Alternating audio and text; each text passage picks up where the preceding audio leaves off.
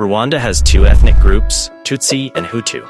The Tutsi were favored by the colonial powers Belgium. They put the Tutsi in the administration with power, and they were seen as the ruling class. This intensified ethnic tensions between the Tutsi and the Hutu. After gaining independence on July 1, 1962, power shifted towards the Hutus. Throughout the subsequent years brought occasional outbursts of violence and massive discrimination against the Tutsis.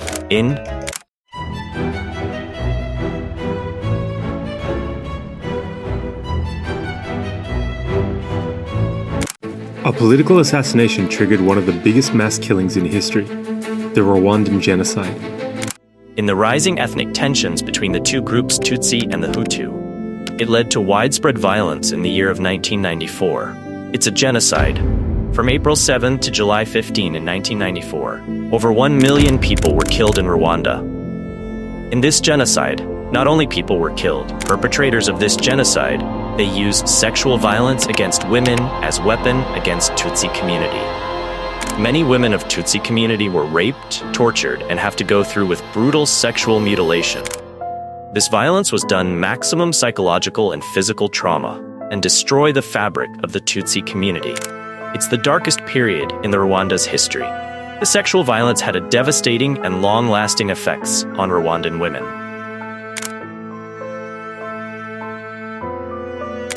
The genocide left a devastating mark on Rwandan women.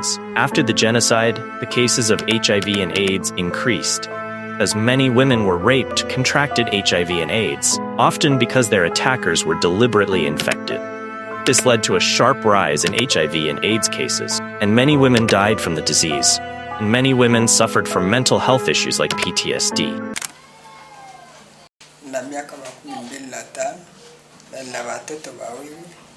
Sida inakuwa mwaka mzima wa pili huyu.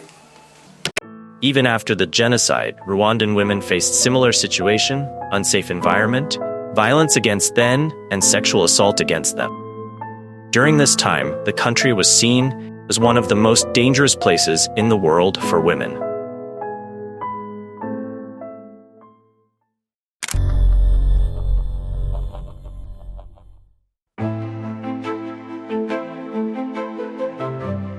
Rwanda took solid steps to improve the women's safety in the country.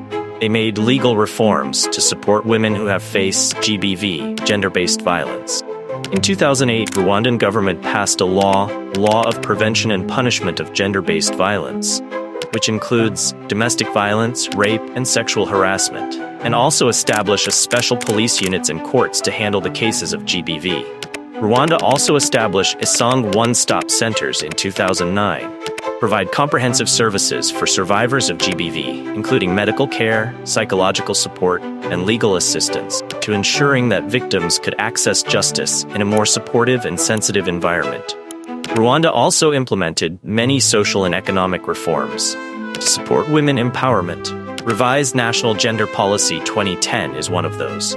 Promotes gender equality across all the sectors. It also ensures easy access to education, health care for women, and credit facilities which encourage female participation in entrepreneurship. The government established GMO, Gender Monitoring Office, in 2010 as an independent institution to monitor successful implementation of the policies over the country.